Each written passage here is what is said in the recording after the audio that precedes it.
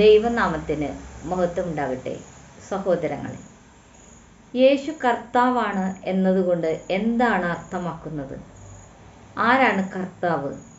കർത്താവ് എന്ന വാക്കിന് യജമാനൻ, ഉടമസ്ഥൻ എന്നൊക്കെയാണ് അർത്ഥം കാണുന്നത്. ഒരു യജമാനൻ എന്നത് മറ്റുള്ളവരുടെ മേൽ അധികാരമോ നിയന്ത്രണമോ ശക്തിയോ ഉള്ള ഒരാളാണ്. നാം ഒരു യജമാനന് കീഴിലാണെന്നിരിക്കട്ടെ, നാം പിന്നെ അയാൾ പറയുന്ന കാര്യങ്ങളല്ലേ ചെയ്യുക? നമ്മുടെ സ്വന്തം ഇഷ്ടത്താൽ പ്രവൃത്തി ചെയ്യുകയാണെങ്കിൽ നമുക്ക് അയാളുടെ ദാസനായിരിക്കാൻ സാധ്യമല്ല. ബൈബിളിലെ ഒരു പ്രധാന സന്ദേശം യേശു ക്രിസ്തു കർത്താവാണ് എന്നതാണ്. റോമർ 10:9 ഇങ്ങനെ പറയുന്നു: യേശുവിനെ കർത്താവെന്ന് വായുകൊണ്ട് ഏറ്റുപറയുകയും ദൈവം അവനെ മരിച്ചവരിൽ നിന്ന് ഉയർത്തെഴുന്നേൽപ്പിച്ചെന്ന് ഹൃദയം കൊണ്ട് വിശ്വസിക്കുകയും ചെയ്താൽ നീ രക്ഷിക്കപ്പെടും. അപ്പോൾ രക്ഷകനായ യേശു സ്വന്തം ജീവൻ കൊടുത്ത് നമ്മെ വിലയ്ക്ക് വാങ്ങിയതിനാൽ ആ രക്ഷ നമുക്ക് ലഭിക്കണമെങ്കിൽ ആദ്യം യേശുവിനെ കർത്താവായി ഏറ്റുപറയണം. അങ്ങനെ ഏറ്റുപറയുന്നതിലൂടെ യേശുവാകുന്ന യജമാനൻ്റെ ഉടമസ്ഥതയിലാകുന്നു നാം. അപ്പോൾ പിന്നെ ആ യജമാനോട് വിശ്വസ്തത കാണിക്കണം. യജമാനൻ്റെ ഇഷ്ടത്തിന് കാര്യങ്ങൾ ചെയ്യണം. യേശുവിനെ കർത്താവായി അഭിസംബോധന ചെയ്യുന്നവർ ബൈബിളിലുണ്ട്. യഥാർത്ഥത്തിൽ അങ്ങനെ പറയണമെങ്കിൽ പരിശുദ്ധാത്മാവിൻ്റെ സഹായം വേണമെന്ന് അപ്പോസ്തലനായ പൗലോസ് പറയുന്നു. കേൾക്കൂ, 1 കൊരിന്ത്യർ 12:3. ആകയാൽ ദൈവാത്മാവിൽ സംസാരിക്കുന്നവൻ ആരും യേശു ശപിക്കപ്പെട്ടവൻ എന്ന് പറയുകയില്ല. പരിശുദ്ധാത്മാവിലല്ലാതെ യേശു കർത്താവ് എന്ന് പറയുവാൻ ആർക്കും കഴിയുകയുമില്ല എന്ന് ഞാൻ നിങ്ങളെ ഗ്രഹിപ്പിക്കുന്നു. പൗലോസ് അപ്പോസ്തലൻ റോമർ 1-3-4 വരെയുള്ള ഭാഗത്തിൽ യേശുവിനെ കർത്താവായി പ്രഖ്യാപിക്കുന്നതായി കാണാം. അപ്പോസ്തലനായ പത്രോസ് തൻ്റെ പ്രസംഗത്തിൽ യേശു കർത്താവാണെന്ന് ഉറപ്പിച്ചു പറയുന്നുണ്ട്. അപ്പോസ്തല പ്രവൃത്തി 2:36 ശ്രദ്ധിക്കൂ. ആകയാൽ നിങ്ങൾ ക്രൂശിൽ തറച്ച ഈ യേശുവിനെ തന്നെ ദൈവം കർത്താവും ക്രിസ്തുവുമാക്കി വെച്ചു എന്ന് ഇസ്രായേൽ ഗൃഹമൊക്കെയും നിശ്ചയമായി അറിഞ്ഞുകൊള്ളട്ടെ. പത്രോസ് കൊർന്നേലിയുസിൻ്റെ വീട്ടിൽ വെച്ച് അപ്പോസ്തല പ്രവർത്തനങ്ങൾ 10:36 യേശു ക്രിസ്തു എല്ലാവരുടെയും കർത്താവാണെന്ന് പറയുന്നു. യേശുവിൻ്റെ ശിഷ്യനായ തോമസ് തൊട്ടിട്ടല്ലാതെ കർത്താവ് ഉയർത്തെഴുന്നേറ്റെന്ന് വിശ്വസിക്കില്ല എന്ന് പറഞ്ഞത് നമുക്കറിയാമല്ലോ. യേശു പിന്നീട് പ്രത്യക്ഷപ്പെട്ട് തോമസിനെ തൊടാൻ അനുവദിക്കുമ്പോൾ പറയുന്നത് ശ്രദ്ധിക്കൂ. യോഹന്നാൻ 20:28. തോമസ് അവനോട്, എൻ്റെ കർത്താവും എൻ്റെ ദൈവവുമായുള്ളവനെ എന്ന് ഉത്തരം പറഞ്ഞു. മത്തായി 8:2 ഒരു കുഷ്ഠരോഗി യേശുവിനെ കർത്താവെന്ന് വിളിക്കുന്നു. യൂദാ 1:4 യേശുവിനെ കർത്താവെന്ന് പറയുന്നുണ്ട്.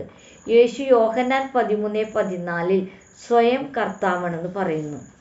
എങ്ങനെയുള്ള കർത്താവാണ് നമ്മുടെ യേശു എന്ന് നമുക്ക് അതിൽ നിന്നും മനസ്സിലാക്കാം.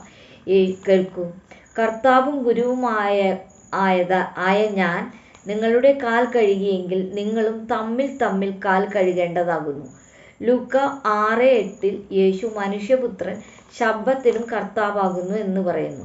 ആ സന്ദർഭം എന്താണെന്ന് വായിച്ചു നോക്കണം സഹോദരങ്ങളെ.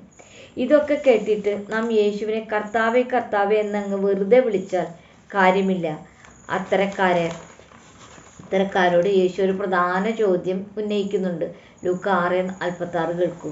നിങ്ങൾ എന്നെ കർത്താവേ കർത്താവേ എന്ന് വിളിക്കുകയും ഞാൻ പറയുന്നത് അനുസരിക്കാതിരിക്കുകയും ചെയ്യുന്നത് എന്ത്? യേശു നമ്മുടെ കർത്താവാണെങ്കിൽ നമ്മുടെ ഉടമസ്ഥനാണ്. നമ്മൾ നമ്മുടെ സ്വന്തമല്ല, നമ്മൾ വിലയ്ക്ക് വാങ്ങപ്പെട്ടവരാണ്. യേശുവിൻ്റെ വകയാണ്. യേശു വിലയ്ക്ക് വാങ്ങിയ സ്വത്താണ് നാം. യേശു കർത്താവാണെന്ന് ഏറ്റുപറഞ്ഞാൽ യേശുവിൻ്റെ ഉടമസ്ഥാവകാശം അംഗീകരിക്കുകയും തൻ്റെ വ്യക്തിപരമായ അവകാശങ്ങൾ ഉപേക്ഷിക്കുകയും വേണം.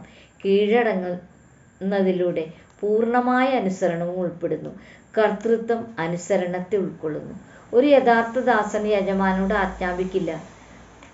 മനസ്സോടെയുള്ള വിശ്വസ്തമായ സേവനമാണ് അവൻ കാഴ്ചവെക്കുക. യേശുക്രിസ്തു നമ്മുടെ ജീവിതത്തിൻ്റെ കർത്താവായിരിക്കും എന്നതിനർത്ഥം യേശു നമ്മുടെ മുഴുവൻ ജീവിതത്തിൻ്റെയും ഭരണാധികാരി, യജമാനൻ ആണെന്നാണ്. ഒരു ഭാഗത്തിൻ്റെ മാത്രം കർത്താവാകാൻ കഴിയില്ല. യേശുവിന് മുഴുവൻ ജീവിതത്തിൻ്റെയും നിയന്ത്രണം നൽകണം. 1 തെസ്സലോനിക്കർ 5:23 പറയുന്നത് പോലെ നമ്മുടെ ആത്മീക ജീവിതത്തിൻ്റെയും ഭൗതിക ജീവിതത്തിൻ്റെയും കർത്താവാകാൻ യേശു ആഗ്രഹിക്കുന്നു. നമ്മുടെ ബാഹ്യജീവിതം ആന്തരിക ജീവിതത്തെ പ്രകടിപ്പിക്കുന്നു. ഇനി നമുക്ക് ഇങ്ങനെയൊന്ന് ചിന്തിക്കാം. യേശു നമ്മുടെ ചിന്തകളുടെ കർത്താവാണോ? സംസാരത്തിൻ്റെ കർത്താവാണോ? ബന്ധങ്ങളുടെ കർത്താവാണോ? സ്വത്തുക്കളുടെ കർത്താവാണോ? യേശു നമ്മുടെ മുഴുവൻ ജീവിതത്തിൻ്റെയും കർത്താവായിരിക്കണം. യേശു ക്രിസ്തു കർത്താവാകണമെങ്കിൽ ഒരു വ്യക്തി ചെയ്യേണ്ടത് ജീവിതം യേശുവിന് സമർപ്പിക്കുക എന്നതാണ്. വെറുതെ സമർപ്പിക്കുന്നതെന്ന് പറഞ്ഞാൽ പോരാ. നമ്മുടെ ജീവിതത്തിൻ്റെ നിയന്ത്രണങ്ങളിൽ നിന്ന് നമ്മുടെ കൈകൾ എടുത്ത് യേശുവിനെ നിയന്ത്രിക്കാൻ അനുവദിക്കുക എന്നതാണ് ഇവിടെ പറയുന്നത്. സമ്പൂർണമായൊരു കീഴടങ്ങൽ. നമ്മുടെ ജീവിതമാകുന്ന കെട്ടിടത്തിൻ്റെ എല്ലാ മുറികളുടെയും താക്കോൽ യേശുവിന് കൊടുക്കണം. നാം ക്രിസ്തുവിൻ്റെതാണെന്ന് നാം അംഗീകരിക്കണം. അപ്പോൾ തൻ്റെ കടമകളും ഉത്തരവാദിത്തങ്ങളും സന്തോഷത്തോടെ നമുക്ക് നിറവേറ്റാനാകും. ആര് എന്ത് അതിക്രമം നമ്മോട് ചെയ്താലും നാം ഭയക്കേണ്ടതില്ല. എല്ലാം ചോദിക്കുന്നതിനായി പരമാധികാരിയെ ഒരു ഉടമസ്ഥൻ നമുക്കുണ്ടല്ലോ. യേശുവിൻ്റെ കീഴിലുള്ള നുകം എങ്ങനെയുള്ളതാണെന്ന് യേശു പറയുന്നുണ്ട്. കേൾക്കൂ. മത്തായി 11:28-30 വരെയുള്ള ഭാഗങ്ങളാണത്. അധ്വാനിക്കുന്നവരും ഭാരം ചുമക്കുന്നവരുമായുള്ളവരെ എല്ലാവരും എൻ്റെ അടുക്കൽ വരുവിൻ, ഞാൻ നിങ്ങൾക്ക് വിശ്രമം നൽകാം. ഞാൻ സൗമ്യതയും ഹൃദയത്തിൽ താഴ്മയുമുള്ളവനാകയാൽ എൻ്റെ നുകമേറ്റുകൊണ്ട് എന്നോട് പഠിപ്പിൻ. എന്നാൽ നിങ്ങളുടെ ആത്മാക്കൾക്ക് നിങ്ങൾ വിശ്രമം കണ്ടെത്തും. എൻ്റെ നുകം മൃദുവും എൻ്റെ ചുമട് ലഘുവുമാകുന്നുവല്ലോ.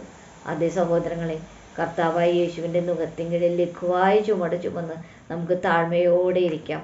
അപ്പോൾ നമ്മുടെ ആത്മാക്കൾക്ക് രക്ഷ ലഭിക്കും. ഇപ്പോൾ നാം യേശു കർത്താവാണെന്ന് ഏറ്റു പറഞ്ഞില്ലെങ്കിൽ ഒരു നാൾ നാം ഏറ്റു പറയേണ്ടതായി വരും എന്ന് വചനം നമ്മോട് പറയുന്നു. ഫിലിപ്പ് 2:11 കേൾക്കൂ. എല്ലാ നാവും യേശുക്രിസ്തു കർത്താവെന്ന് പിതാവായ ദൈവത്തിൻ്റെ മഹത്വത്തിനായി ഏറ്റുപറയുകയും ചെയ്യും. ഈ വചനങ്ങൾ സ്വീകരിക്കാൻ പരിശുദ്ധാത്മാവ് സഹായിക്കട്ടെ. ദൈവമേവരെയും സമൃദ്ധമായി അനുഗ്രഹിക്കട്ടെ.